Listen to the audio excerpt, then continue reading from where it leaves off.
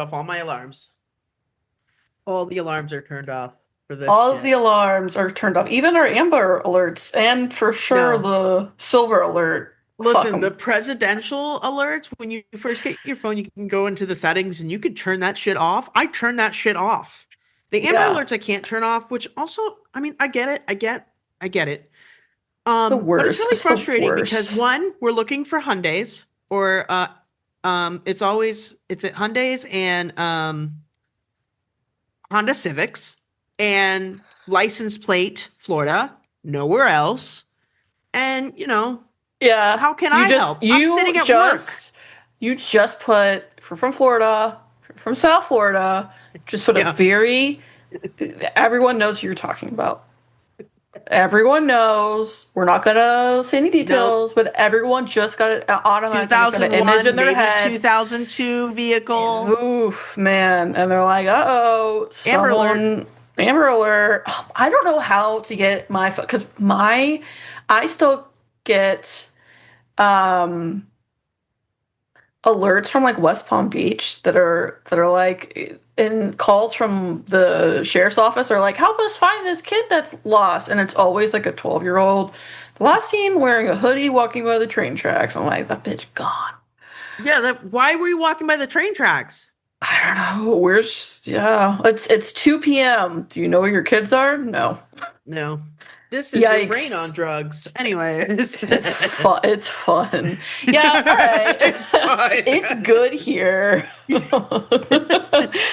You mean I don't stay up for 4 days because of Also, anxiety? because of Okay. you, I went to the doctor today Yes. and got a little bit of refill for my medication, doing the healthy things. Is that Um, because of me? no, because you're always like, oh, I need some antipsychotics. So whenever Oh, I set up that appointment, I'm like, antipsychotics. this is my antipsychotic 3 month Antipsychotic. meeting. Here's my You know what glitter I would like to say, you know what my pill. doctor said to me this morning or this afternoon when You're I walked in? perfect. You're ab No, fab, sweetie not at all. darling. The opposite, actually. She goes, every single time I walk in, and she says she asks all her patients this, which is, how are you doing? That's the very first thing she says every single time. And you know what she told me when I said what I said? She goes, you said that last time. You know what my Bitch, answer was? please. When she goes, how are you doing? I said, I'm okay. I mean, it's chit chat. Yeah, because it's like, It's a chit chat. This is the just funny please thing. refill my shit. Give me my drug so I Yeah, can they live. help make me feel It's normal. always the funny part of like you start therapy session. You're like, oh hi, how's it going? Good, good. So we want to talk about this week. Everything's terrible. And I'm like that first like intro of like Yeah. hi means nothing. You're just saying stuff. Everyone's like, I'm Yeah. good. How are you? Oh, It's same. like, Can't yeah, complain. I'm Actually, I here. can complain. I haven't jumped off a bridge. What else am I supposed to say? I haven't Yeah, responded to the call of the void yet. yeah, her saying that, she kind of C'est la slurs, but vie. also like, I don't know if she thinks that I'm like bullshitting, but I'm like, I'm okay. I'm much better off than I used to be, but could I be a fucking millionaire on a boat? Sure. So I'm somewhere in the middle, and that's We're okay. living in America. You should go with your hands, and people can't see me, but you go, how am I? And you just put parentheses around am. How am I? And that's from Broad City. It's amazing. It's so good. You just do that, and you're like, I'm good, quotes. And I just learned how to do air quotes. Oh god. That's from It's like, also ma'am, 30 you're Rock. 35. Tracy Jordan going, I just learned how to do air quotes. It doesn't mean anything because everything's air quoted. So good. Anyways, when Joey learned how to do air quotes. Okay. All right, let's go. let's Let's get into it. let's get into it. Welcome Welcome back. to the Spark and the Spiral. woohoo. Here, I am Dr. Devon, and this is Pensacola. Yeah, Pensacola, Pensacola, Pepsi, Cola, whatever you were feeling, you know? What is that term? Not piranha. No, you know what? It'll come back. Piranha? No. I'm a piranha. Okay. Oh my I God. brought it back. There You was don't this remember news story. Finding Nemo? Yes, I'm a piranha. Yeah, she's my favorite. Yeah, she's insane. Just Yes, you know. fishies, poke, poke, poke. Fishies are like assault, I'm gonna kill assault. myself. Anyways.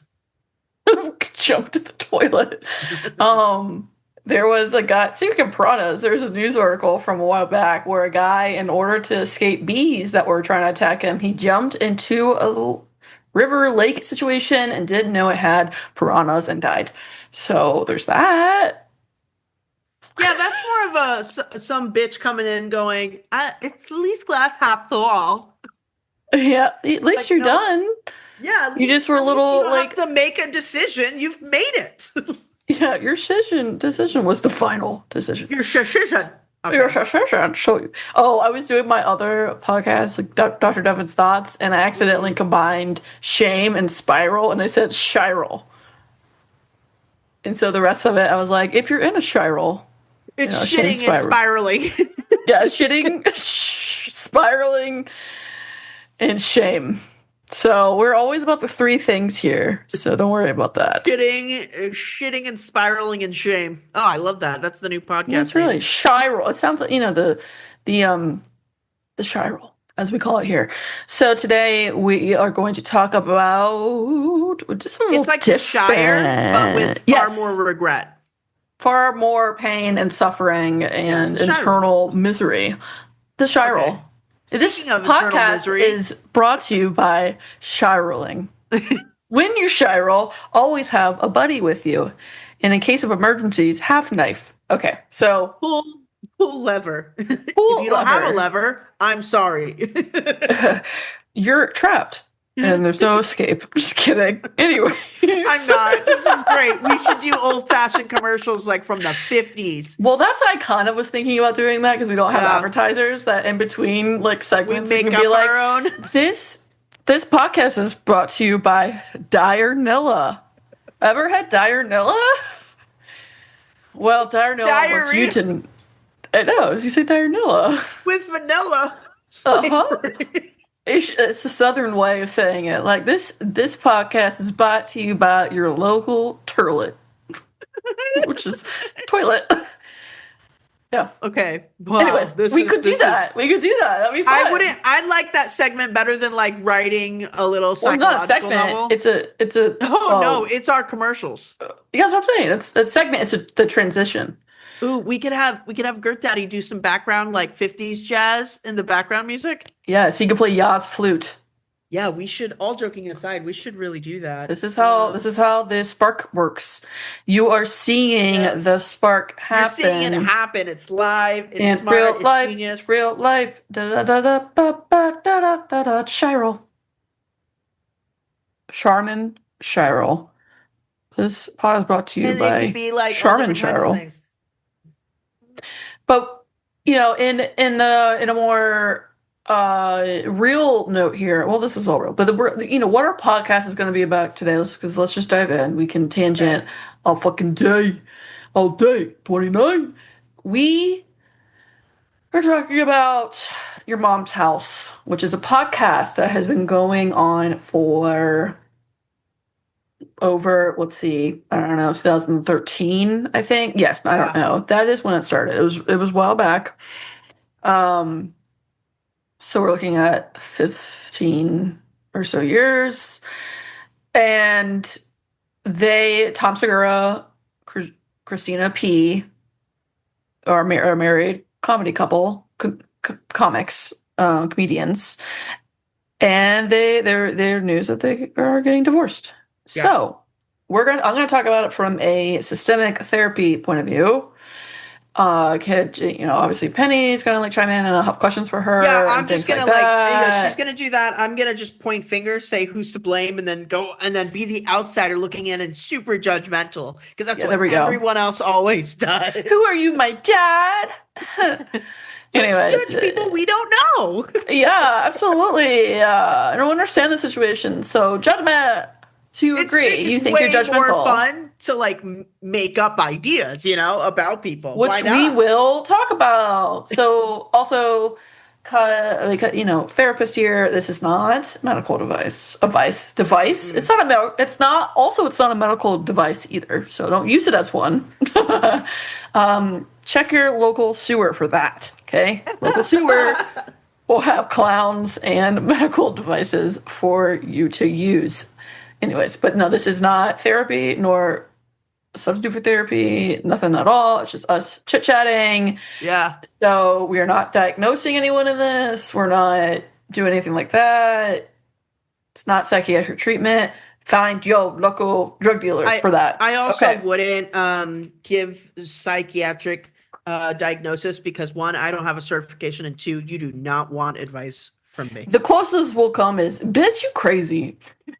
Yeah, don't be doing that. Bitch, you crazy. Did you take your chill pills today? No. That's also how Devon talks to her patients. Yeah, I'm like, did you fucking jump off the crazy Did you bus? fuck around and find out? Did you turn your rings around and slap that person in the face? Turn them around. Oh, nice. Rocks to the fucking temple. Smart. Yeah. Go up a little higher. Nice. I don't know. I've never. Did you peeky fucking blinder them with your razors? Which. So. All right. We look at this is us. All right, look it up. Who would have thought? Cheers. Who would have thunk it? Who would have thought? Yeah. That's us. That's us. It's so us. It's so us coded. Anyways, so on your people local, be getting divorces. Yeah, people be marrying and divorcing and shit, and then giving up, turning to alcohol and substances drugs. Are way better than like having to communicate. Thank you. You'll never leave me when you kiss the bottle. Okay. You never cheat on me with another bottle. Were you looking at that other vodka bottle? I mean, that vodka bottle.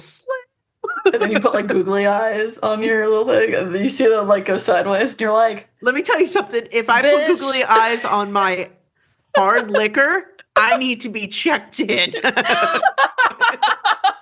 Like, you go to your therapist, and you're like, so how's Michael? And they're like, Michael's good. I brought him with me. And they're like, what? You brought Michael with you? And then they pull out the googly eyes. And his eyes keep falling off, but I have reverse tape, so I can. Is this what you kept saying? They're smooth and they taste good. And you're like, okay. Are you eating the fake plastic googly eyes? Is it wearing a cape? Like eating the googly eyes, like the bread that you get at church. Yeah, that's God. Yeah. Now I will consume him. Obsessing. Okay, and scene. We're done. We're done. So divorce. Get the fuck out of here. All right, so, Tommy and Christina P. They did confirm there was hot goss for about a week or so, 2 weeks or so before. Hot goss. Everyone, like Team Z was like, yo, we heard it. And you know how Team Z is? They hate gossip. So they didn't do anything with it. They just sat with it and were like, let's go to therapy. No, just kidding. That is gossip hound. Yeah, TMZ is the burn book of America. Absolutely. And they're like, so you think you're pretty? And they write that down. Yeah. Yeah, we're not going to feed into the gossip. We're not going to do that. We're also not going to villainize or scapegoat or blame. Yeah. Anything like that. We're just going to talk it out and get really into the systemic stuff. Talk about patterns, grief, loss, coping mechanisms, change, uncertainty, anxiety, love, suffering. Almost a dental. Denial. That's supposed to say denial. It says dental. Well, if your coverage is dental and acceptance. Is your dental coverage fucking terrible? Do they see it as an Yeah. Oh my God, that was a whole thing too, because Tom kept talking about how his Invisalign was like the hardest thing he's gone through, and people in the comments of this were like, yeah, but she didn't even talk about his veneers when it was like her talking about the divorce. She like didn't even mention how hard his veneers were, or not veneers, his hard Invisalign was. Like what? Dude. She didn't even mention that. All she talked about was Yeah. how upset she is and misery and how she's trying to like. What about grow his and veneers? What about his, no, his Invisalign? Sorry, I didn't mean to say veneers. Invisalign, I think. Anyways, that was really funny. That's fantastic. You're like, yeah, Christina, that's interesting. Anyways, how are Tom's Invisalign? Is it going okay with him? We want to know. How's Man his to molars man. feeling? Yeah, how them teethers got the. What about his eyes? His peepers.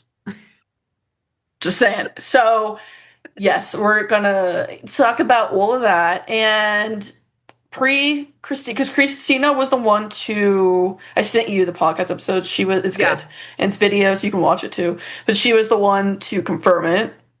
Couple weeks after, it's just her, and this we'll talk about that later too. Duncan Trussell and how they were both on. It's like an hour and a half more. Plus, they do long ones, not as long as Rogan, who does like 3 hour plus ones. It's just kind of insane. So pre again, all the gossips. TMZ, obviously, there's rumors. People then are like, we got to investigate, and then you get the YouTube people, and I mean, mostly what I found was a lot of Segura hate. There was a lot of like Team Christina. Why? Because she's the only one who said something.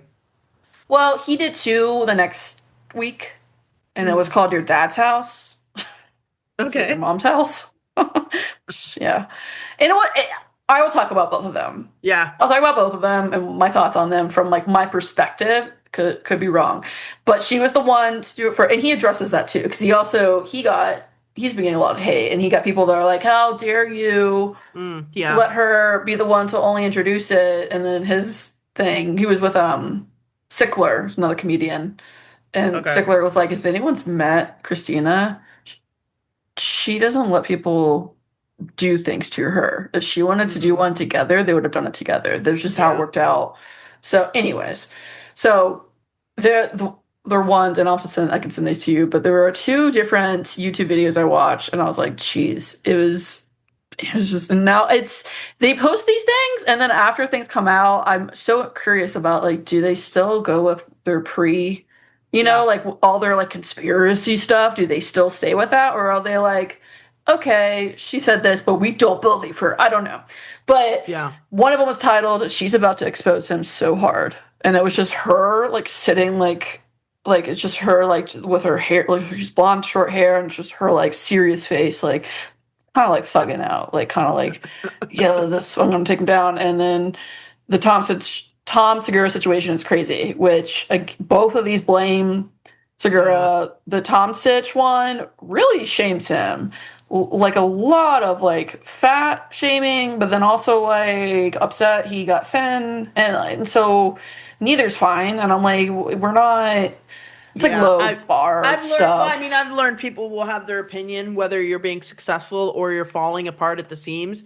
Just do what you're going to do. It's part of being in the spotlight, but it was a lot of that, and I was like, we don't know the situation here. Anyways, so a lot of like Tom Segura and like picking through. This is part of being like an online, podcast entertainment comedians, is that you have all this video that you're putting out, and people are going to pick it apart, and that's what they did. Yeah. So, anywho, so again, we're going to talk about. And I had to catch up because I used to be an avid listener of Your Mom's House, and then like, how 2017, 18, like all the podcasts start happening. And so then you end up going to different ones. Yeah. So, but they've been around forever. They're one of the people besides Rogan, which Rogan helped them, but they started this huge company brand together, and it was not based on, but sort of, a lot of it was based on their marriage and them being comedians and what they found funny and their hilarity and their bits and all of that kind of stuff. So, yes, so we'll talk about uncertainty, change, grief, and kind of just mortality and, not just one thing. There's several things, but systemically, what's happening and how people react to change. Penny. How, if we were a couple, which we are, but if we were a couple, which I guess we are doing a podcast together as a couple, how would our divorce go? What would we get divorced about? What do you Our think? OCD. Our OCD would inevitably be our downfall. So I think a major deciding factor for us for that situation, because our OCD is will be constantly overpowering one another, inevitably crashing head on into each other, because we're trying to point out whose OCD is worse. Like, without saying, oh, I have OCD, our intrusiveness would keep being like, oh, are you going to leave me? Oh, are you going to leave me? And we're keep saying the same thing, maybe at different times, and we're both trying to comfort each other, but nothing we do is going to help that, of course, because you have to sit with uncertainty with OCD. Yeah. And I think it would just inevitably, like, we know in our own relationship we have OCD problems, right? Where I'm like, hey, are you mad at me? That happens in our own friendship. So if we weren't self-aware, I think if the self-awareness wasn't there, it would be way worse. Way worse, sir. It's about to get way worse. I think the lack of self-awareness in our OCD would inevitably be our demise in our marriage. I love it. What brings us together I've thought today. about this a lot. We're gonna get divorced. Friendship over. Yes. So I do think our OCD, our anxieties, I think certain like personality traits and this is common with all. Whoa. Personality traits. What are you trying to say? What if my traits would want you to divorce me? It's called your loose butthole. I don't know. Dear God, you weren't supposed to tell anybody about my loose butthole. It's super tight. I'm sorry. Yeah, I do. I think personality traits within like OCD, other things. I think that's probably a big one that would go into it. Yeah, like I think it's just a big factor because we wouldn't get any resolution.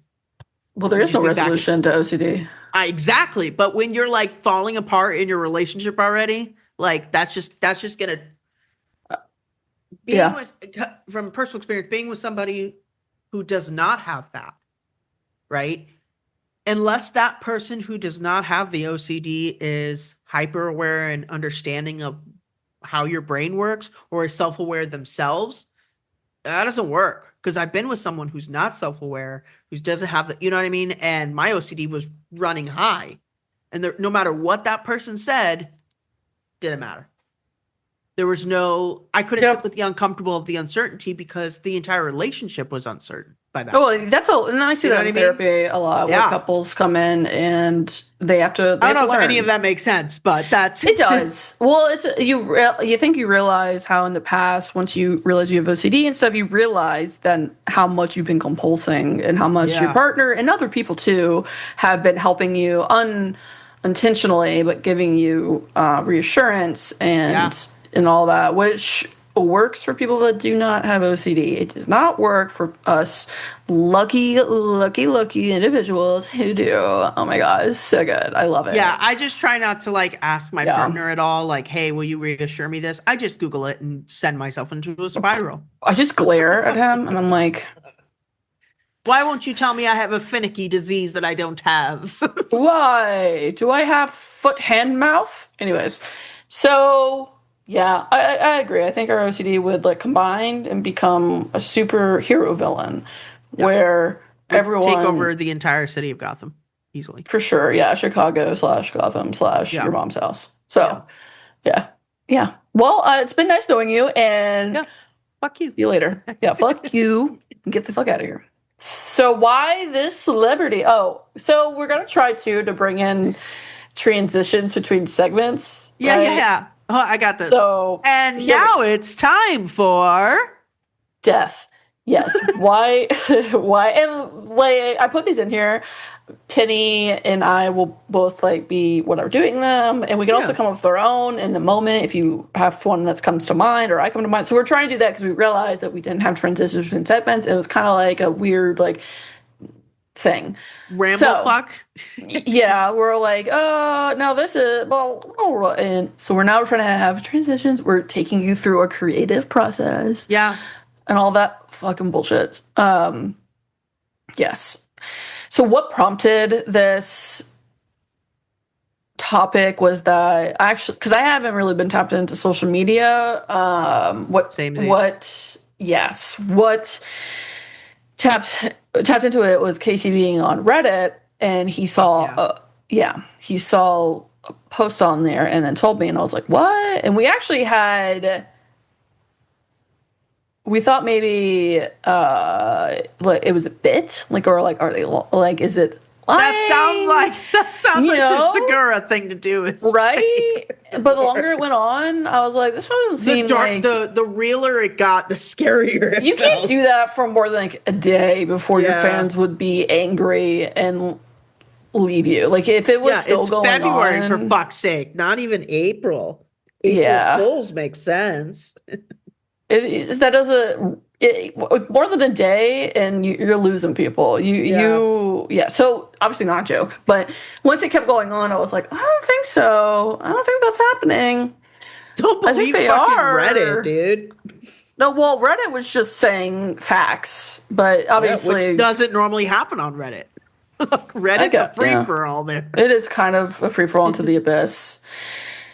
Yes, and so this isn't about spreading rumors that haven't been validated by either of them, unless they've come out and said like, "Hey, we're beating each other up metaphorically. It's happening." Like we're not gonna say that. I might do a little bit of like perspective, like this is what I thought when I watched both the podcast episodes, but other than that, yes. So it's about Tom and Christina. It's about what they built together. It's a systemic perspective and how difficult it is when things end and change. Yeah. So no shaming, no pile-ons. We're just gonna go. We're gonna get into it. We're not gonna feed into any of the bullshit. So yes. Now it's time for chit chat. We're catching up. Yeah, we're doing like most of them. We're trying. So what's up, Pensicle? I finished reading a book, which sounds like a fucking 2-year-old said that. She read the Bible. Less than a week. She read the Bible. Yeah.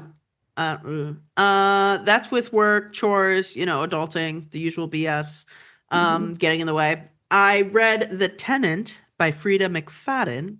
That's a huge win for me, by the way, to finish it in a week. It probably doesn't sound like that for those who actually do read, which when you read more consistently, I've learned you read faster naturally because you're used to reading. You're in that headspace. You're working that muscle. That's the biggest thing. I wanted to work that muscle again. I missed it. I gobbled that shit up.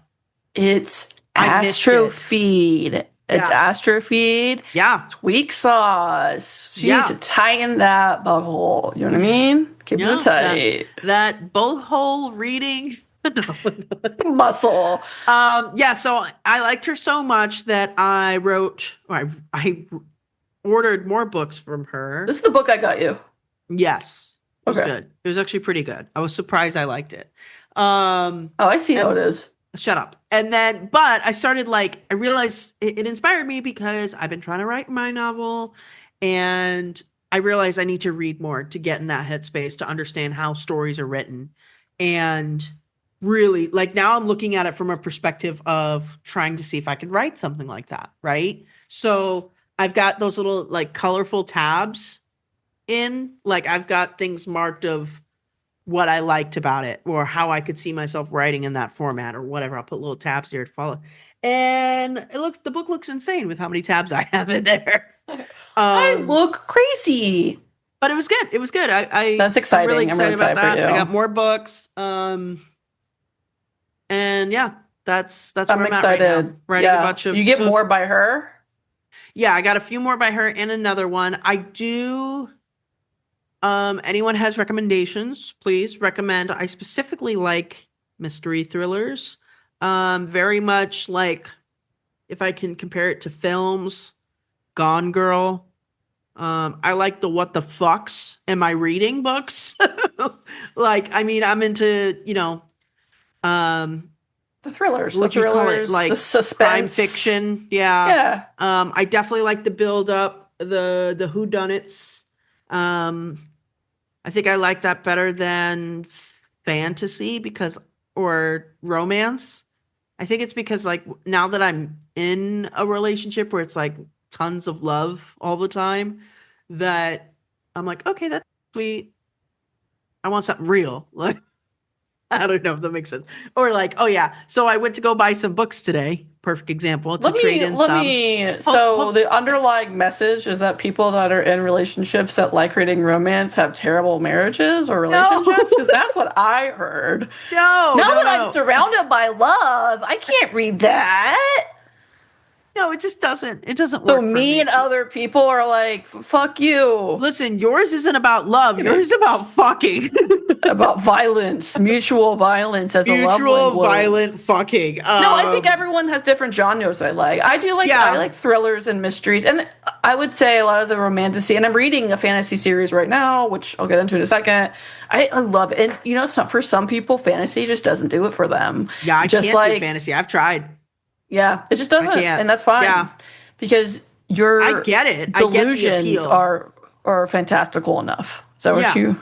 Yeah. Well, that and my sister made a pretty good shout out to Alex. She made a good point today about the type of genres that you're into.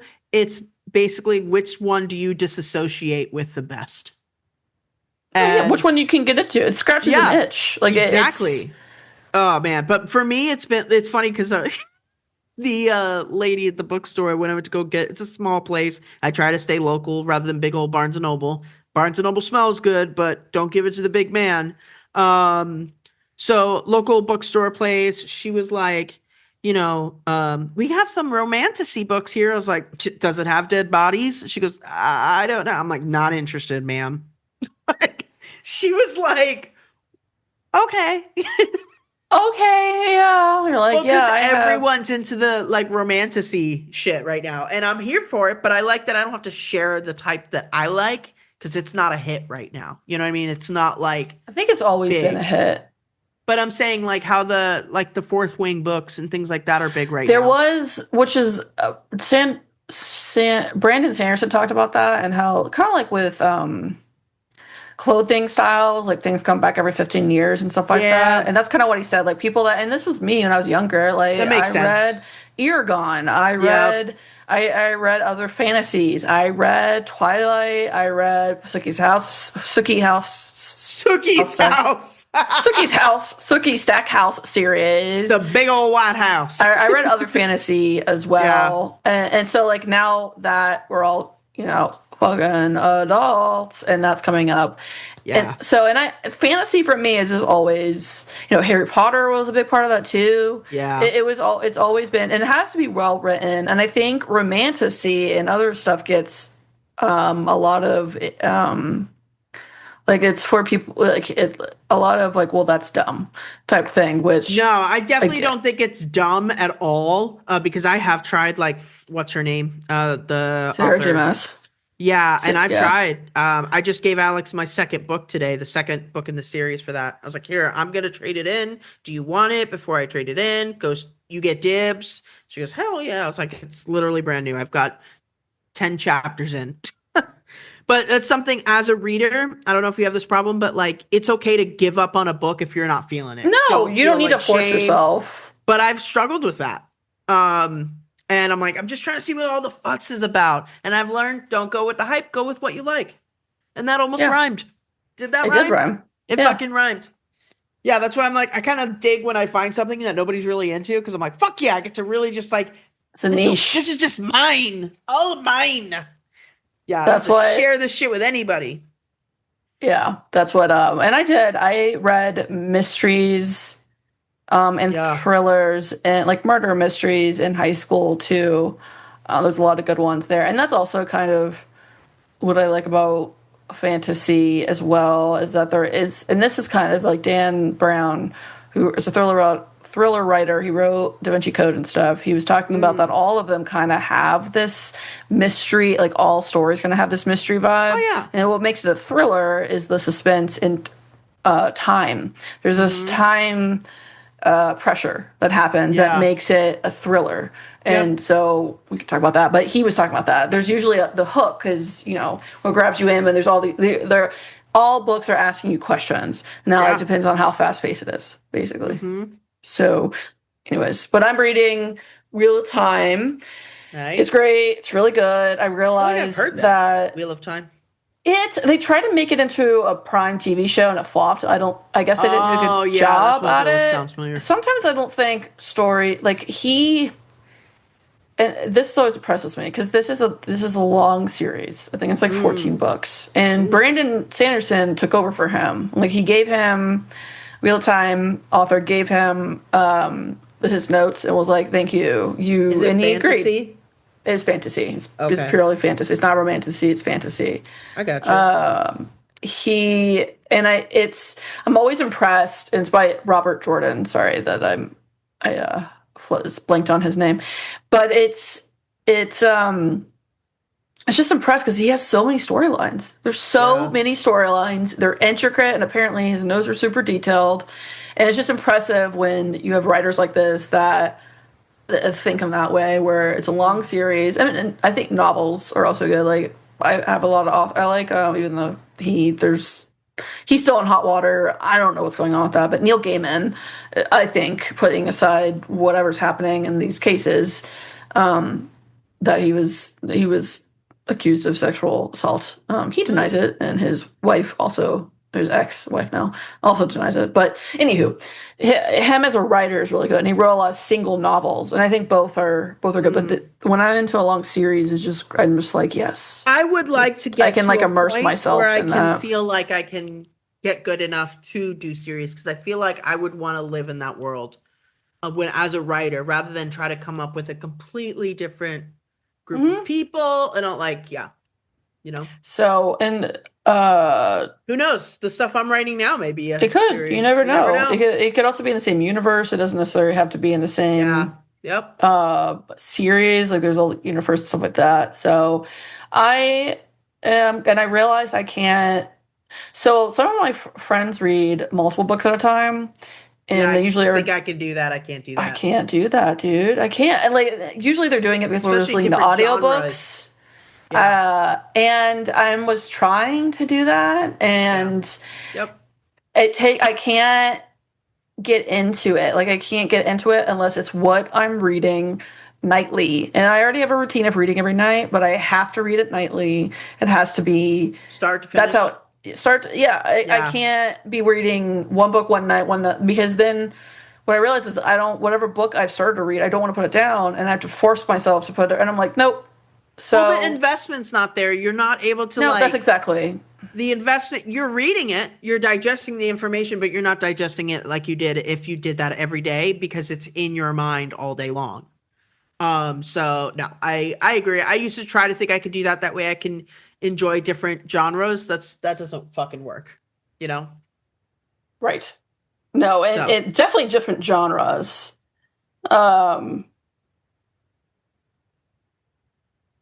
Definitely different genres. Staying with the same genre is okay, but going from I just realized I can't do that. So, anyways, going on from there, we both had the same exact thought at the same time, guys. We messaged each other at the same time. We're like, can we do the second part of this later? Boom, got it. I love it when we're saying with our periods and our thoughts. Okay. We've done two-parter. Two-parters are good. Two-parter. So this is like a celebrity edition, anyways. Celebrity edition times 2. Yeah. So that's and the transition. Okay. Now that we're regulated, celebrity chaos. I'm figuring it out. I think what would help with the transitions is if we just randomly say stuff. But okay, but I don't know. It might sound too put on if we're like, no, it's time for celebrity chaos. I don't know. Whatever. Never shut up. It's time for the never-ending celebrity chaos. I just thought of. I think it was MTV back in the day that the like weird clay stop motion celebrity wrestling. Do you remember that? What was it called? Like celebrity death match or something, right? I don't know. You know what I'm talking about? The claymation shit. Let's pause this from MTV, and we'll get into it later. I'm not second episode. I'm not third. no kink shaming. You're no kink shaming is what you're It's into. not. I know people who are. I know Gert Daddy's gonna fucking know what I'm talking about. I just You don't. probably I think will. it's Celebrity Deathmatch. It was like early 2000s, late 90s, and it was on I think it was on MTV. Or I didn't have VH1. cable, so I don't remember that. Oh, okay. Well, no, it wasn't one of the shows I remember. Listen, Unless it you was make super it seem popular. like you just made it seem like you are really old. I didn't have cable. We didn't. My parents wouldn't get cable. They were like, "Fuck you. We're gonna wait till you go to college," and then they did. Listen, I didn't. So a have lot of internet. stuff I didn't I know get it. about, unless it was like MTV Cribs or like MTV Real Housewives. Just kidding. That was the Hey, thing back listen, then. MTV Cribs is where it's at. Okay, it was the tackiest shit. MTV, Road Rules. I know Big Brother. Like I know those things. I don't know Yeah, if I that's do MTV too. or And you know not, what? but- He's trying to raise your taxes. Who, MTV? No, Big Brother. Oh, but Anyways, so now sticking time to for the the man. chaos, the big moment, the big climax. So yes, I already mentioned this. Casey was on Reddit and he told me, and we both were like, "What the fuck?" I introduced him to your mom's house, and then we both would listen to it and like cry laugh because of both our same humor. He would they would do like what, and it was very similar to our kind of like, and in the house we are still of like, you have to choose between never being able to hug or touch me again, or me for an hour a day. I have my a device that hooks up your nose and mouth with my farts, and you have to spell that for an hour a day. Which one do you choose? Or never being able to touch each other again? Jesus! That's something we Wait, talked for about. an hour a day? I think I could do the farts for an hour a day. I need touch. I think your body will get used to the farts, so long as he doesn't change his diet. So that was stuff like that. It was like stuff like that where they were be like, "Would you rather?" Can I get insanely drunk during this time so I don't really remember any of it? Are you so, really like, consenting then? Well, if I know ahead of time, yeah. I'm Okay. drinking, You're which is on my own always accord. a little drunk though. I know, right? Drunk with power. Just kidding. I have no power. I am powerless. What happened to your screen? Oh, it like went away. It went away. Yeah, and bye forever. You looked down and it went that way. Oh. And then all I saw was your hand, like half your hand. And you said, "I'm drunk with power." That was funny. That was perfect. All of you are still audio somehow. listeners, so you don't get to see shit. I don't know. You will. You will one day. One day in your dreams. I don't like my dreams. Oh Okay. God, never mind. Have you seen Obsession? This is why it's gonna be two-parter. Yeah, this is why. Oh my God. So I'm sorry if you. And now time for when you all want to kill us. Anyways. we both were like, what? We both haven't really listened to them in a while. Me, I listen to them infrequently. And Casey, once he's kind of done with something, he doesn't really go back to it. Yeah, so he also, right. I think too, like a lot of people, as they evolved, it kind of got repetitive. Like for him, it got repetitive, and so he just kind of dropped out. That's why he stopped listening to us. Yeah, it's a small world after all, and then he doesn't like it. Well, yeah, we both thought it was a bit for a bit, and then what people are saying, Literally. and there hasn't been a lot of contrasting views. I think some people are either saying, "We love you both, we're here for you." They're saying like, "Oh my God, will it ever be the same?" Blah blah. Or they're like, "Fuck you, Tom. You're the worst. It's your fault." Like those are kind of what's happening. Yeah, that's right. I think there's takes two sides. It's a lot. It's three. That's where I'm always been like with regarding anything in the news, whether it's celebrity or actual news. I give it a minute. I give it a minute. That's why. Yeah, That's why these videos that came out, I was like, you guys don't even know. But that is part of the culture. Like someone's like, "Did you see that thing that was posted? It's going viral. It's horrible." I was like, "Give it a minute." Like I You like need all seeing the what sides. it is, but I don't feed into it. Yeah. You're like, I'm No. still nosy. I'm still fucking I am. I'm a nosy person. To a degree. And Thank I want to God for know all the that. things.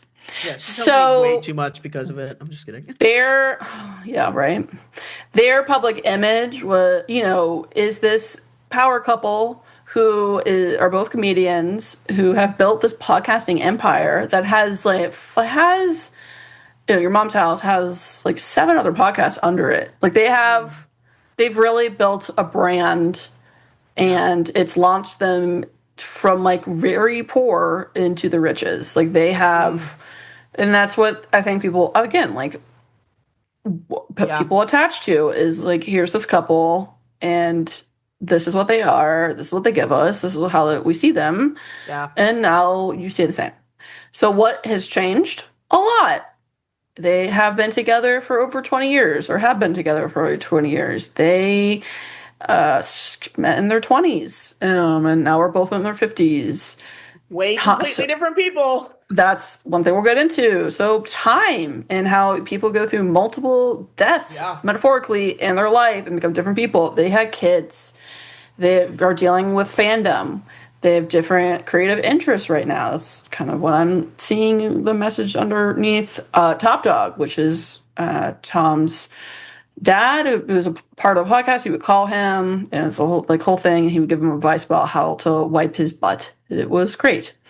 So Top Dog passed away, and so that was a whole thing. She had cancer. She had breast cancer 2 years ago. Their values have changed due to major events, and then obviously the views of Tom have changed drastically. Why this matters in a systemic cultural way. Social animals, we get attached to people in an ever relationships, values, ideas, beliefs. We get attached to those things, how patterns are, processes are, and we want things to stay the same unconsciously. We want things to stay predictable in an ever-changing world that's around us. We want things to stay the same, and they don't, and we react to that change. Yeah. Unconsciously we pull things to stay the same, and we look for when there's uncertainty with change, we look for reasons as to why, and that's with minor events in our lives, major events, whole sorts of things. But we do pull things, people, in this case a whole podcast industry, to stay the same. Yeah. And so eventually what brings people together also makes them fall apart. That's usually the thing, right? What brings two people together no longer keeps them together, and sometimes is also repelling them. So there's different things. This transition is, and now more things, all the things. Penny wasn't looking at the screen. I am so sorry. I was writing down notes for the next. It's okay. I thought you meant coloring. It was fine. I was like, she's probably just coloring. No. I'm literally writing down notes for part 2. Sorry. Oh, well, okay. We'll talk about this because we could, anyways. Yeah, sorry. We'll do some workshopping after. No, but that way, I have some ideas about that. That way, yeah, we can make very intense, loving eye contact. And now it's time for farts. Just adding new ones. Identity and projection. So what fans need them to be. Again, power. This is like the interesting part. We're going to break things down in this one. A power couple who works through difficult times, perseveres, is able to create together in the same career, like they're both comedians, without things falling apart. Perception of them of putting their marriage first, putting their family first, and not letting fame change things. Needing Tom to stay the same, but he's getting into film. He's buying, this is what I also saw, is like they pinpoint about how he's changed so vastly. He's buying expensive things, like hugely expensive watches, and now somehow he has which I had no idea. He has a photography Instagram that people judge very harshly because he's not a photographer. Well, I'm gonna look that up later. Yep, you should. People rag on him hard. I haven't really looked at it yet, but I'll see it. People say it's not really that great and think they think, again, not spreading rumors here, just repeating what I've heard. They just think he bought a camera and thought that made you a photographer. who knows? It might be excellent pieces of art, photography. I think it depends on the perspective, but I get it. I agree. Buying expensive items, making fun of poor people. So I saw a segment of him that kind of felt like it wasn't a joke, and I can see where kind of I can see where people are drawing, are like making a point of, again, confirmation bias probably here too, with folks like looking to confirm things you already believe. Yeah, because he's changing and his comedy's changed, and he's physically changed. So, how can we villainize him more? I think that's happening. And so part of this process is confirmation, like what is happening might actually confirm what we already believe. And it might also distort reality into like magnifying just parts of things and not the whole picture. Yeah. So that's what I said. Happening. Give it a minute. Give it a minute. I did watch some segments on Two Bears One Cave, because that's also one I've watched, but I'm not up to date on it. I'm way in the past, or way behind in that. But it's a segment, and again, it felt more serious. I could be wrong about this. I could see where people saw this and were like, fuck this guy. Because he basically was like, I don't, if you're poor, you can work hard and get to, the whole adage of like, if you're poor from any place, you can work hard and get to where I am. So stop like attacking me. And then like, that's not true, Tom. You literally came from poor. It's not. So he said that, and I was like, is he joking with this? And then that's been also said stuff in his comments where, he's also dark humor, and so some of his jokes are funny. He could be just joking, but it's so it also triggering. It also seemed like it was less of a joke and more of a truth, because sometimes jokes have a bit of truth in them. But I don't know. So I could understand where people were like, well, fuck this guy. From nothing, I'm assuming. Oh, they were very poor. She said they got together. I can understand 200 altogether. I can understand him saying, hey, you work hard enough, you can. He can be right about that, but there's other factors involved. Where you're from, where you're currently at. Do you have resources to be able to get to? Well, there's nothing is fair in life, and you can't generally make a statement saying that all people can get to the same place. That's ableistic. I'm in my 30s and I've been busting my ass for what we were told what to do to be successful. It doesn't matter. It doesn't point out that there's a lot of stuff. Like, he met Rogan's this whole thing. Yes, I do believe he worked hard and got to where he is. You cannot say that everyone can do the same. That's impossible. It does happen to work hard and you get your dreams.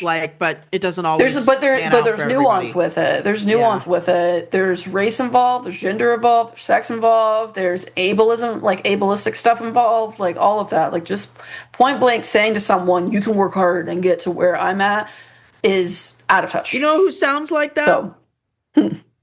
The ski instructor that my dad had my sister and I learned from when I was 12. He kept going in circles and showing cool acrobatic things he could do, because all he kept saying as he was doing it was, eventually you can get to this and do what I'm doing while I'm standing there holding on to my sister for dear life. That wasn't teaching. He was just being like, look what I can do. Oh, he was just 100% being a fuckboy, being like, I'm fucking too good for this teaching 12-year-olds kid shit. Like, you could tell he did not want to be there. It sucked. I was like, why is Lance Armstrong on fucking skis right now? What's happening? Damn Lance. R.I.P. Yeah, I don't. He's still alive. I know. His image died a while back. Listen, he has one testicle, but he's still fucking alive, dude. So becoming also like change people, and that's also like him becoming more of this insider where he got rich. He has, again, access to resources where he can work out every day with a fitness trainer.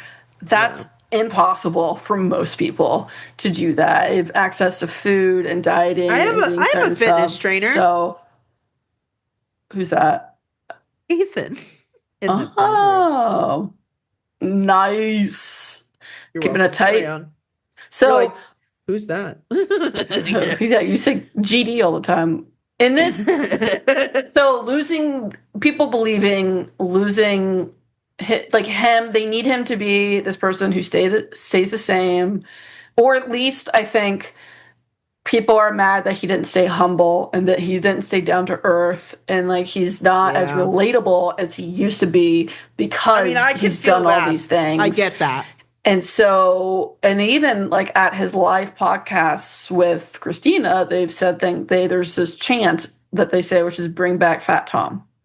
So obviously people do not like who Tom is becoming or what they believe he is becoming.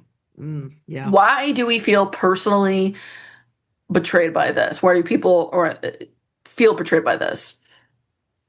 Assumed and believed promises that have been made, right? Like there's whatever they've said in their podcast. They always said, "We're your mommies. We're here." Like so like underlying messages versus like direct messages, and then what we just assume without getting actual knowledge, like facts about it, right? Like if you assume something about your partner and you don't talk about it, you're probably bound to get hurt later. In this sense, it's a famous couple who we idolize, maybe, that we put in this box, that we see them in a certain way. And again, these promises, both stated and unstated, people assume this relationship would last through the ages. It would defeat the odds. Yeah, but we're not behind closed doors. That's like, yes. Yeah. That's yes, exactly. Sorry, so no, you're good. So they want their values to be reflected in like their like positive things. People aren't wanting fear to be reflected. They don't want their uncertainty to be reflected. They want this image to be reflected and for it to be continuously validated. And they could be like, look, this couple did this. This is amazing. They didn't succumb to the statistics of most marriages ending in divorce. Yeah. So they want them to stay this edgy, modern, hilarious couple that talks about all sorts of things and ends the day with their kids and love and nurture and all that.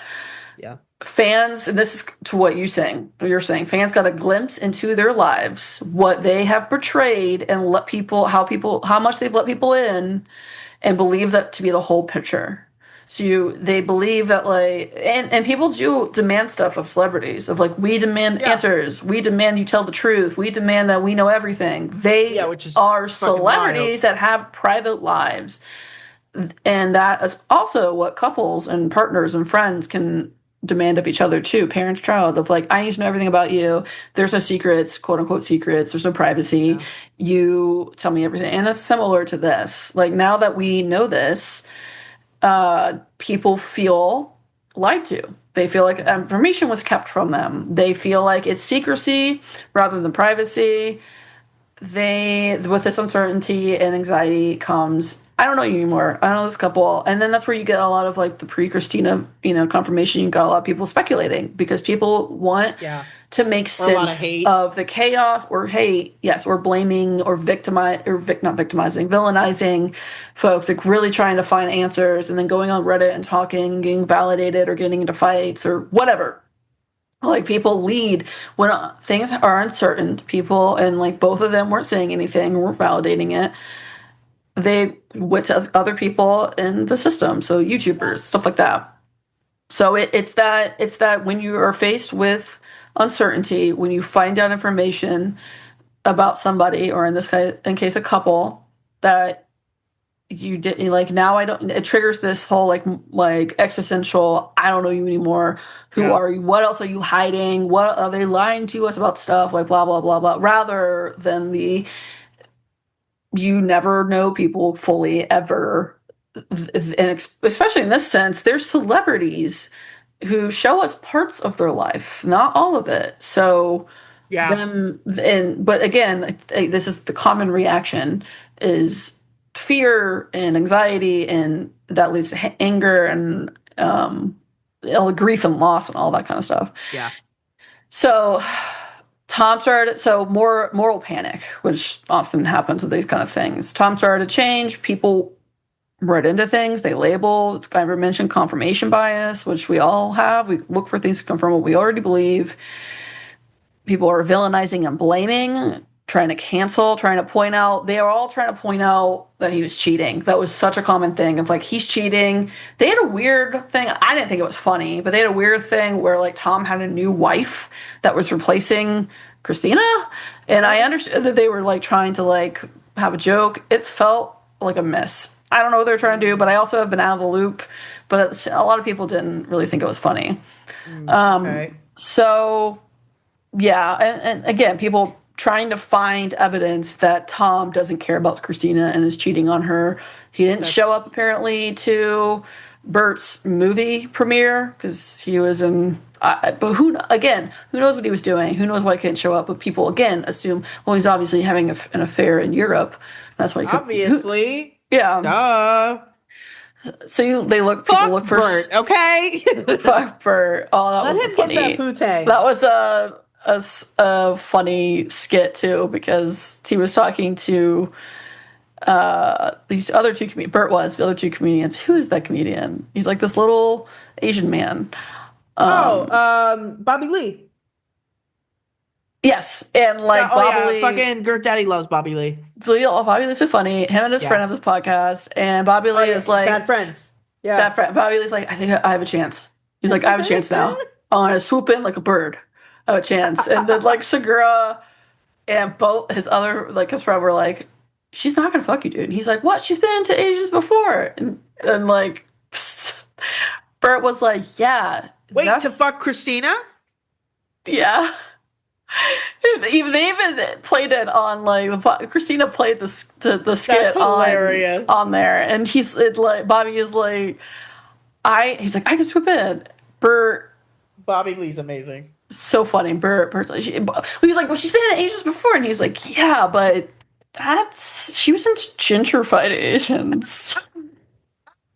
They own restaurants. You're on like the street selling food out of a truck. He's like, what do you mean? Yeah, Bobby Lee is fucking so funny. He was like, I have a chance. I've learned and appreciated Bobby Lee of being in this household. So funny. I think he's so funny. But he's very underrated. Funny.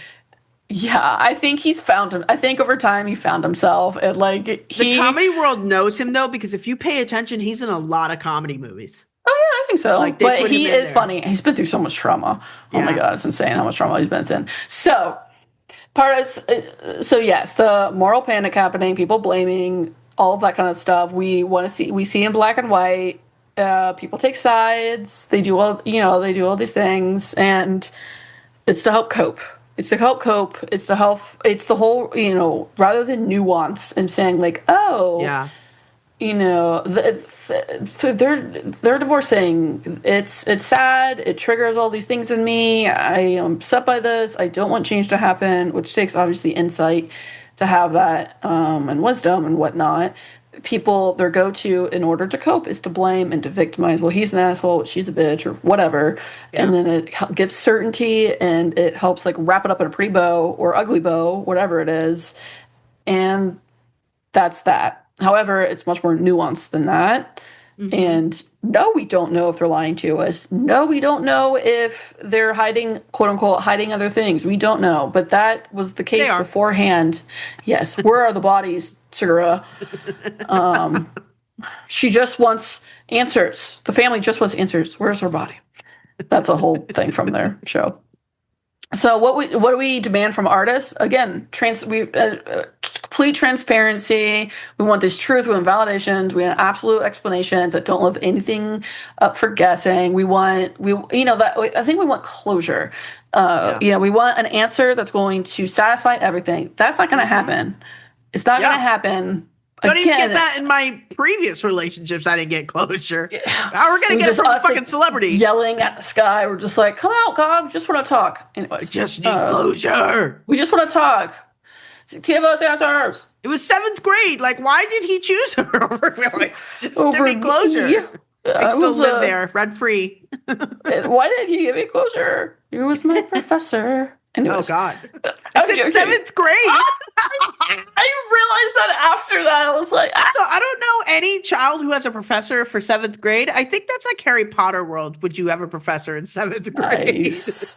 Because Yeah, I've never. Is that a thing? Completely, I think my brain just went to your Oh no, it's fine. I'm fair. college, where you're like the Pretty Little Liars women that Oh, are dressed God. up extremely sexily, wearing like stilettos and I don't like insane stuff at school, which never happens. No, not the way No. my kids I grew up with. Shit, that's I just would high break school. my ankle down the stairs. I would be barefoot within 5 seconds of putting those bitches on. There's no way. That was in high school. I was in high school, bro. I don't Anyways. I don't like being a part of it anymore. Yeah, I don't. I cancel membership to that. So You want to cancel somebody? Cancel high school. cancel this whatever. Just do So- it. Anyways.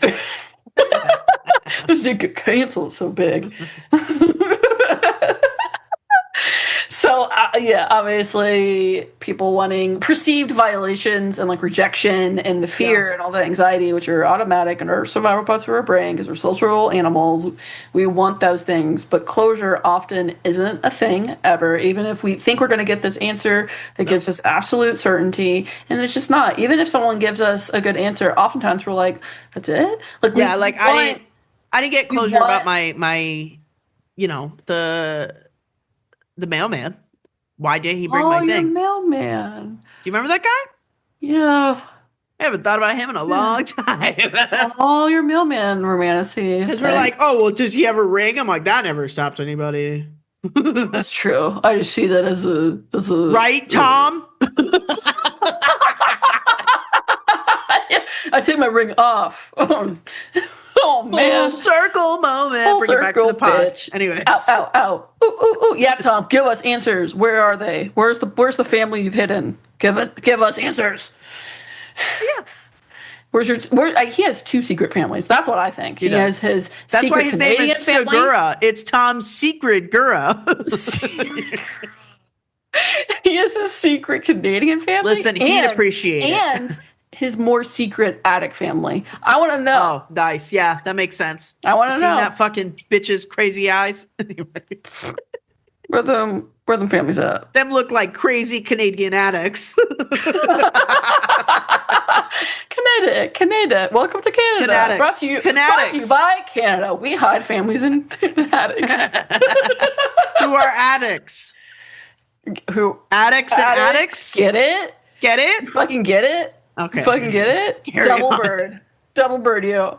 So, nervous system angle. Let's get nervous in here. I was born nervous in here.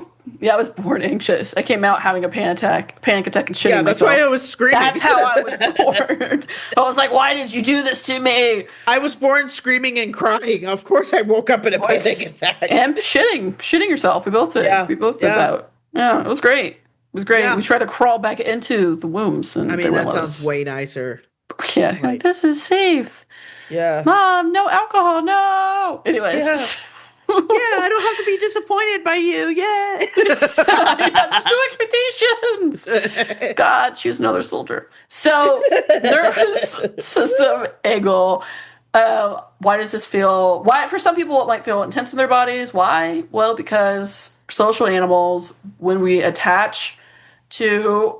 I accidentally sent Casey a text saying I accidentally sent side quest. I actually sent Casey a text that said, we might need this to be a 2-parter if that's okay. We can do Glenn later this week. And the case actually sent it to Casey, and Casey's like, what does this even mean? What do you like to know, bud? Anyway, listen, Casey and Penny sound very similar. I get them mixed they up. do. Well, it's just that's my latest. Well, text on if stuff. you would change your contact name from baby to make his baby, you wouldn't keep getting it mixed up like that, baby. His is never mind. I can't never mind. We're gonna do personal. So because when we become attached to we're social animals, we get attached to things. Yeah. That means our well-being is always to some degree attached to them because you fall in love, togetherness, all that. or in this case, it's again, attachment brings a lot of joy and a lot of suffering. Hello, Buddhism. It also a part of this is we're social animals, so instinctively we do that, however that looks, and we look for a community. Obviously, How do you think your stalking mom's starts? absolutely, yeah, from very ill equipped and ill informed people who do Yeah. not have social skills and who learn about Oh no, relationships they from have social TikTok. skills. Yeah, it's the you belong to me now, and I love you till death, meaning Yeah. I kill you. So, Yeah, which is tomorrow. yeah, and you're dead now. Yeah. So that means again, social animal survival is attached to several things, but one being the groups we find, the people we find, who we choose, and it's triggering when those change. It's part of the reason we want things to stay the same, but things always change. Groups, communities change. They come together and go apart and fall apart. They give birth to new communities. Like just how it is, and we can fight against that unconsciously, and it can feel big in our bodies. And so panic, fear, overwhelm, anger, all these are automatic responses to anxiety, major changes, all of that. The imagined threat of, well, if they can't make it, who can? The answer is, in Christ, we all can. Just kidding. That was a joke. In Captain Crunch, we all can. Let's use the other who C. doesn't leave you? Your AI boyfriend. Anyways. True. Yeah. Cringe. Insert cringe. Yikes. If you're no kink shaming here, there's probably a lot for you to work on if you have a AI boyfriend. And I mean, yeah. I'm a therapist, so I can help you with that relationship. Anyways, yes. So moving forward, this podcast is brought to you by the quiet terror that is life. The quiet terror of being alive. So, yeah, I mean, we had no control, so might as well live in it. And yeah, it's just a great description. That's really the only way. Hypervigilance is the only way to feel and self-regulate. Hypervigilance is life, and life is hypervigilance. It's love. Yeah. That's what it is. It's one and the same. It's what I tell. It's what I tell Casey, my dad, any man in my life. I'm like, yes, babe, I love feeling like a frightened, startled, scared animal all the time. It's the greatest feeling ever. I love you, Mina. Yeah. I love you. Yeah, I love I said, when you tell me, I'll give you a reason to cry about, I said to only use that in bed. Yeah, only use that in bed. And when I tell you that I didn't do that thing that I definitely did do, it's not gaslighting, it's love. So, anyways, now back to the reality. Brought to you by quiet terror of being alive. So, we're towards the end here, my dudes. But if the celebrity was a creative archetype, I made up one, and it's called the farts, shits, and comes couple. Ah, nice. Because that's literally what they did. And she talks about it all the time. She's like, I gotta go take a nervous poop, and then we'll pause the podcast to go poop. Yeah, that would be us. Really good. Yep. What do you feel like, briefly, what do you feel like this triggers for you? Any of this kind of stuff? Like, you're talking about this, does it bring up anything for you?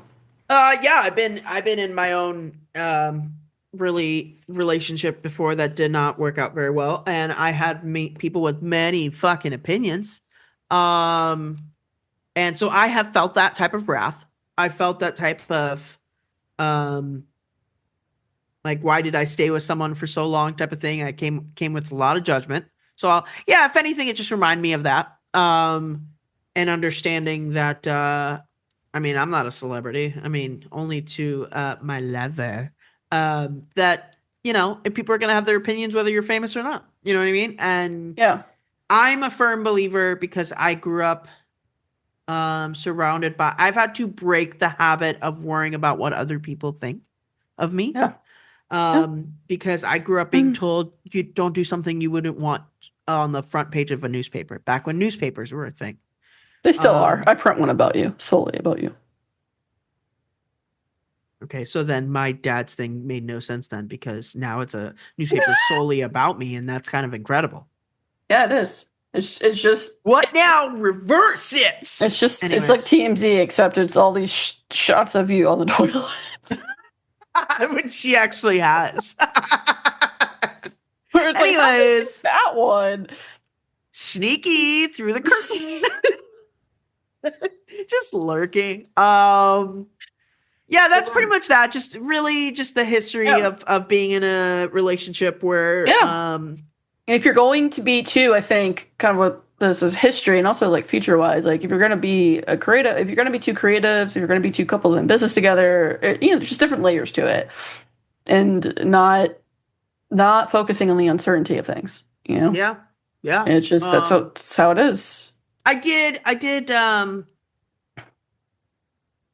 Yeah, it just reminded me of being criticized and ridiculed and knowing I'm just glad my relationship wasn't on Reddit.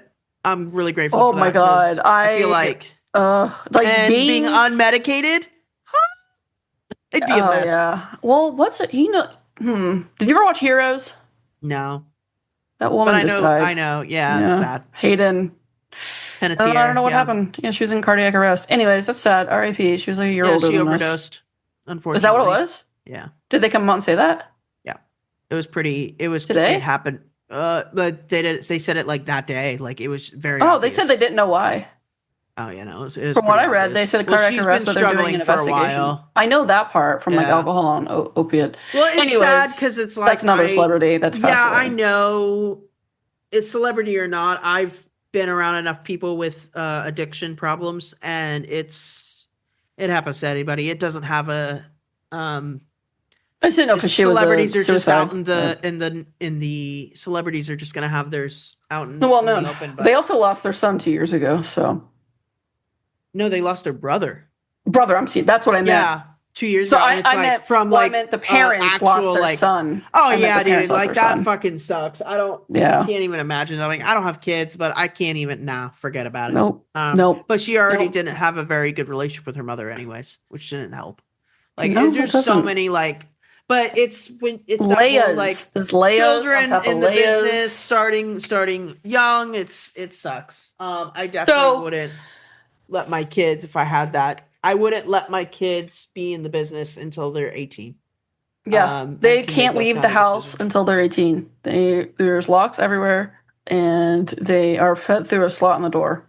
Because then they're like, oh, well, why wouldn't you have child stars? And what about the movies without kids? It's like, just don't make them. So make them. Kids just need to read books and play outside. They don't need to be watching movies about what their lives mean. Like, just they don't need to be child stars. No, just have adults play children. That's way worse. Yeah. You know who could do it? Any adult man. Because, that has ADHD. So there we go. It's problem solved. And any adult woman, any person that has adult ADHD can play a kid. Story of like a child star who fucking figured it out other than maybe Hillary Duff. Like, she's doing fine. But it's rare. It's rare that they turn out okay. Yeah.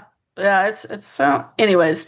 Well, that's for another discussion, but Hayden, I forget her last name, passed away, 36, Panettiere, 36 years old, sad. I knew her from Heroes and other stuff, but she was in Remember the Titans. She played the daughter. She was a daughter. I loved Remember the Titans. Anyways. She dated the guy, Jess from, they were also in something together, but they were, I think it was Heroes.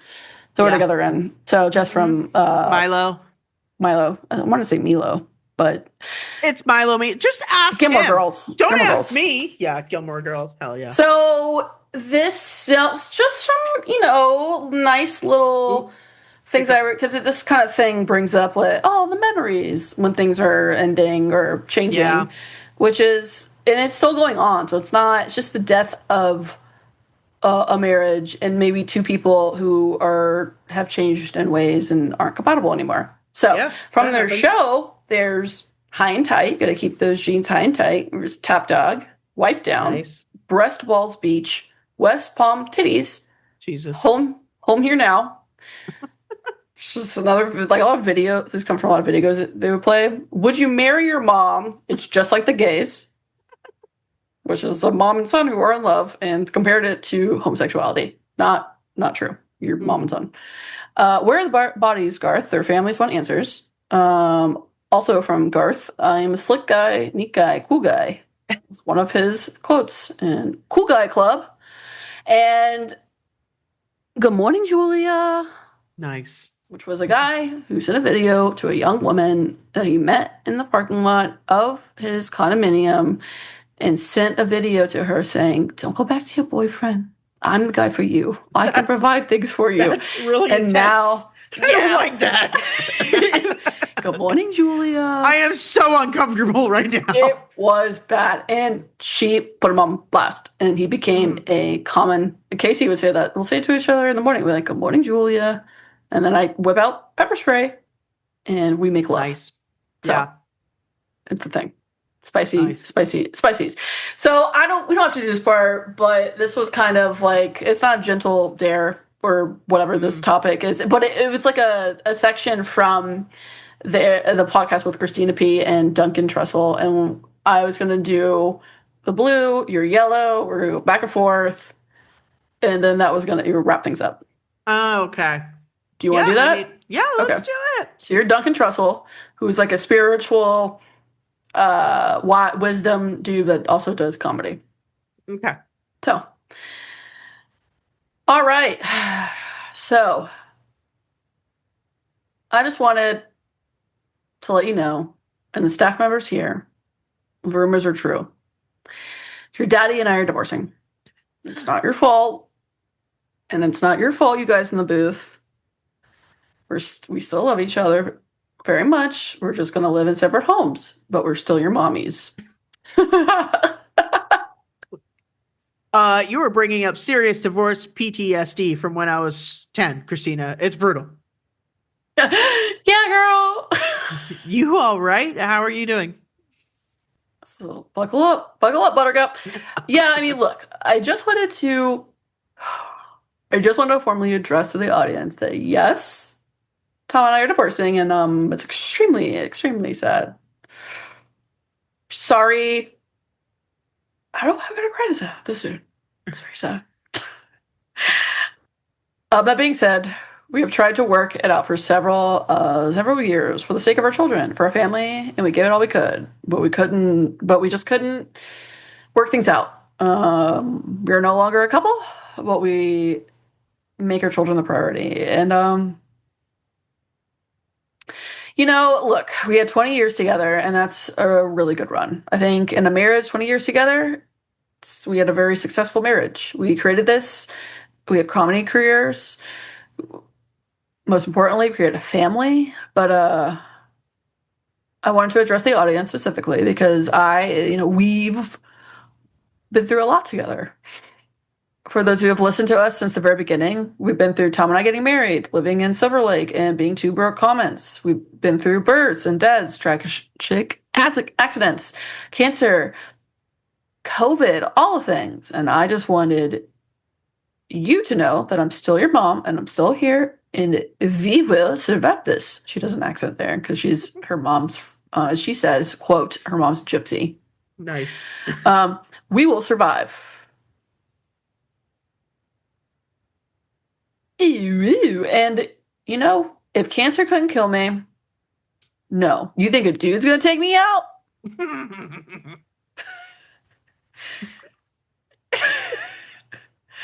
No.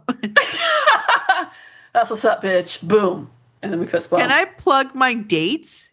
It was such a funny thing because she just does this, and I left a ton of shit out. Like, she just goes on for a while. Yeah. She's very much an open book and all the way. She says, like, she wants to be transparent, that they're amicable. She doesn't want people to do sides, and she goes through this, and she's crying throughout it. And she's like, "You think a dude's gonna take me out?" Fist bump. That's what's up. And then he goes, "So can I plug my dates?" And it's just like they both start cry laughing. It was so funny. It's so funny, but it was good. I mean, it was good. And then they do the intro, and then she's just singing during it. She's like, "My life's a fucking mess. Let's smoke and drink and eat." That's fucking real. Listen, yeah, she is real. Meanwhile, Segura and he was angry. I could feel the anger, and he was like, "I don't want to fucking talk about it. I'm tired of people talking about it. Like, I'm tired of people guessing at it, and like people were mad at me and I didn't do shit, and I didn't force her to do Yeah, a it doesn't podcast sound like alone. she's like angry or anything. So I think that's kind of bullshit. She's emotional, but it was just funny yeah. the differences of like he like gave it 5 minutes and she talked about it. So I mean That's very common though for guys. Like they're not going to talk about. It's just angry, and then and I can't remember his name now, but his Sickler was like, dude, are you going up to this city he mentioned? He's like, you gonna be up in the city? He's like, yeah. He's like, all right, now that you're single, my mom wants to fuck you. He was like, what? Are you being serious? She's like, yeah, she's in her 80s and she's ready. And then like Todd's like moving on to the conversation, and he's like, all right, dude. And then he's like moving on, and Sickler's like, I don't know. If you're gonna be my stepdad, it's, you know, we're gonna have to talk. He's like, what?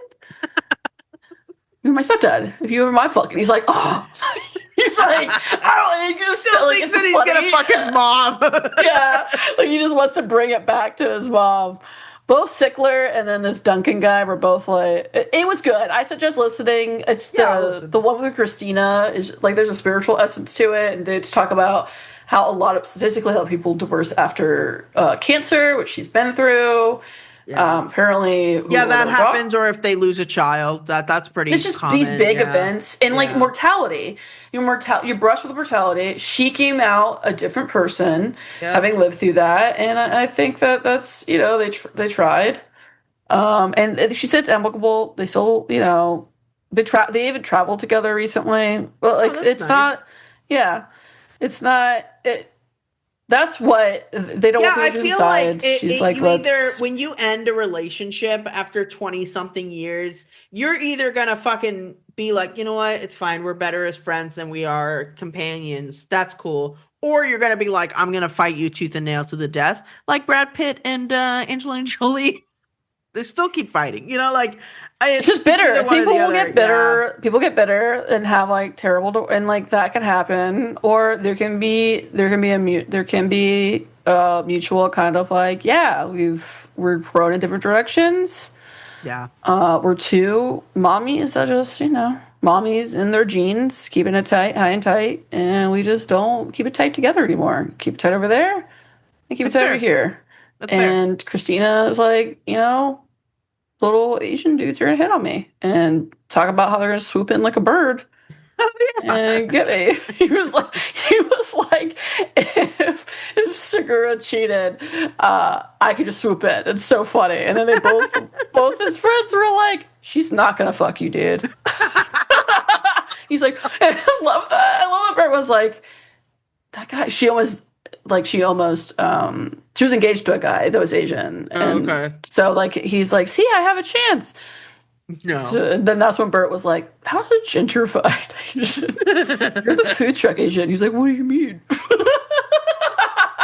So funny. Food truck Asian, that's so fucked up. So funny. Oh, my God. And she's like, he holds a special place in my heart, but I'm not. And then at one point they showed more of the video, and she's like cracking up. She's like, my life is miserable. Like, it was just so, I was like, this is dark and funny. My life is the worst. And she's this like, is why they're both comedians. So funny. So funny. Oh my God. Anyways, we love you, mommies. We love you, Christina P and Segura. Segura, you might be going through a midlife crisis, brah. I don't know. It happens to the best of us. Maybe you're both going through an existential crisis. Listen, they're in their 50s. We're at the generation where we constantly we don't have midlife crises. We have everything like every 5 years crisis. But like, I mean, we know we'll never be able. I don't think we'll ever be able to have our midlife crisis. That's not a fucking thing. Because life is an existential crisis. It's so funny too. Because some of my clients are younger. Will be like, I think I'm going through like a pre-midlife crisis, and I go, it's called an existential crisis, and they're common to go through in our day and age. Yeah. Like I was like, it's called midlife crisis, but it's really an existential crisis. That's what it is. It's just common for it to happen at certain points in your life, but it can happen at any point. I feel like it happens a lot because it's like for us, because it's everything's happening so fast all the time, and we're living through like major like changes in life. I'm like kind of desensitized to the biggest shit. 9/11, Yeah, right. 9/11. Quote unquote. We don't talk about 9/12. Anyways. The secret 9/12, the Yeah. moon, quote unquote. Yeah. As Phoebe once said, you can see the strings, people. That's how I look at like all It's fucking the Truman horrible things. Show. Bro.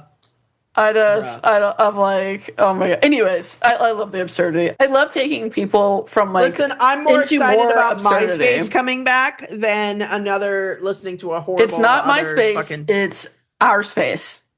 That's what it's called now because everyone knows what you're doing. Big Brother is always watching. Listen. No, I'm not talking about them. I'm talking about us in our space. Oh, sorry. I thought you were going to install a flock camera in our fucking podcast. Oh my god, Jesus Christ! They scare me.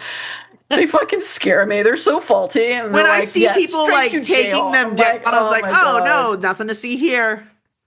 Oh my yeah. Well, I haven't seen anybody take them down yet, but I've heard that's been a thing that people are coming in and taking them out. People are pissed because they're like, oh, they're vigilantes. Yeah. Yes, vigilantes. Lanty, my vigil. That's what I say. No, I don't appreciate things going up and then they're just like, well, that's the disclaimer that you didn't know that you signed when you were born. Like, the subscription. Yeah. You're like, yeah, I have subscribed to life and I'm losing. Yeah, I think the biggest thing, because I'm over the government, I'm over all the bullshit, all the politics, all the drama. I don't like any of it. I don't agree with it. Well, we're not allowed to know anything about them, but they're allowed to know everything about us. And we'll find out. We'll find out. Yeah, later after the fact, and it doesn't fucking matter anymore. It's called flock cameras in your room, government officials. Oh God, I don't want to see any of that shit. To be honest, yeah, it's going to be a lot of titties, perverts, a lot of titties. Maybe some man titties. Both theirs and females, but mostly the men titties. For the man titties with the boob cheese coming out. Hey man, you should get those lifted with how much money you make for a sitting Senate. Anyways, you're like, is that an anteater? Oh, it's penis. Oh my god. Is that a baby? That's your peen? Anyways, all right. I haven't eaten, and I think that's why I feel like I'm going insane. Delirious. I am delirious right now. I am delirious. I'm delirious, delulu. Everything is terrible. Everything is as existential crisis. That's my life. Yeah. Should we sing them out? Should we sing them out? We're gonna have a part 2, guys. We're gonna have a part 2. I can talk about my Didn't get to it tonight. We're gonna get to. Do you want to preface what you're gonna talk about right now? Yeah, I'm gonna talk about Glenn Hansard and his sudden and untimely and horrific knowledge of his deceasement. You're going to nitty gritty. She's interviewed the mortician. Yeah, I'm going to talk about that. I am also going to talk about a movie I recently saw, which Devon's going to have to watch before we record, so she could be on board. It's called Don't Say Good Luck. It's on Netflix, and it's Sunny Sandler, which is Adam Sandler's daughter, and it's phenomenal. And I cried. I ugly cried for like the last 20 minutes of the movie. You need to watch it. It's so good. It's very coming of age. Can you text it? Text me the title, bitch. I will. And you can watch it in the next day or so. Yeah. I'm going to watch it. Yeah. Tonight. In my dreams. It's really good. In the back of my really eyelids. good. I thought I was going to be like laughing my ass off. It's not. It's like drama comedy. It's heavy, but it's good. It's so good. It's side note, I realized I can't watch period pieces with Casey twice now. Twice. We have tried to watch, and this is from last year. We watched We tried to watch. Are you good? Hamlet. I just tried to type in "Don't say good luck" and it came out "Don't say hood luck." Don't say the hood luck. We tried to watch Hamlet twice, and we only got 10 minutes into it. Where Casey is just bouncing around the room. He's making jokes. He's getting. He can't. He does. He's not into it. No, and I was like, this is the last time we're doing this. We're not watching period pieces together because then I'm like, I'm frustrated because I've been wanting to watch this movie. He like gets bored? It's just not his thing. Oh, well, then, that's cool. And now we know. We've learned together. It's not his thing. Because I was like, this is how you don't get divorced. You figure out what you like and what you don't like. And what you mutually. Okay, Tom.